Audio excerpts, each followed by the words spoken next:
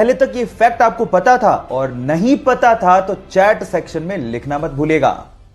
हमारी अर्थ का एकमात्र नेचुरल सैटेलाइट यानी कि प्राकृतिक उपग्रह है चंद्रमा। अब उसके बारे में एक इंटरेस्टिंग फैक्ट बताता हूं।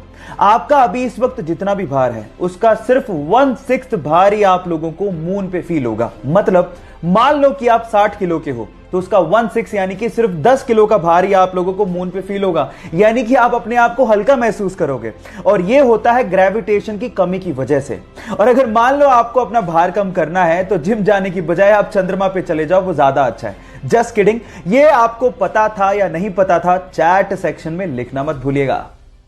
गाइस ये तो आपको पता ही है कि प्लेन्स बहुत ज्यादा भारी होते हैं।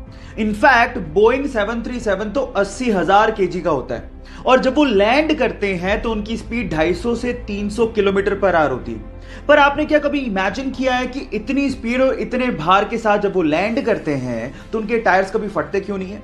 मैं आपको बताता हूं।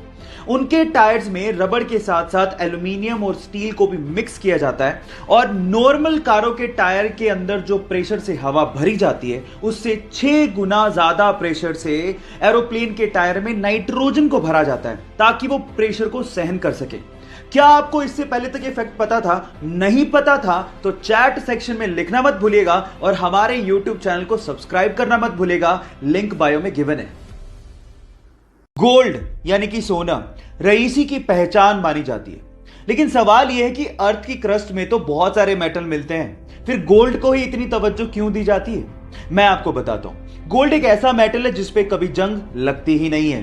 एक्चुअली जब भी कोई मेटल ऑक्सीजन और मॉइस्चर के कांटेक्ट में आता है तो उस पर जंग लगनी शुरू हो जाती है, जैसे कि लोहे का ब्राउन हो जाना, चांदी का काली हो जाना, कॉपर का ग्रीन हो जाना। ये सब कोरोजन यानी कि जंग लगने की वजह से ही होता है। लेकिन गोल्ड एक अनरिएक्टिव मेटल है जो ऑक्सीजन और मॉइस्चर के साथ रिएक्ट करता ही नहीं है। इसीलिए अर्थ की क्रस्ट से जब सोने को निकाला जाता है तो उसे प्रोसेस करने तक की जरूरत नहीं पड़ती क्योंकि वो प्योर फॉर्म में ही पाया जाता है।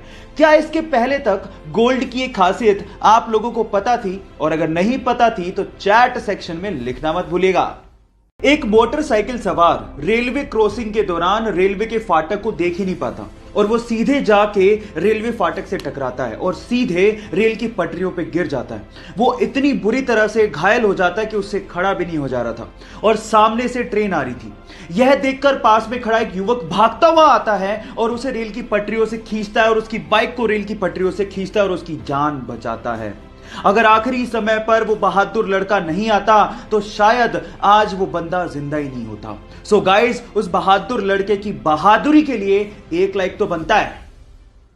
आज अगर हमें जरा सी भी चोट लग जाए तो हम लोग तुरंत बैंडेड का इस्तेमाल कर लेते हैं ताकि खून को बहने से रोका जा सके।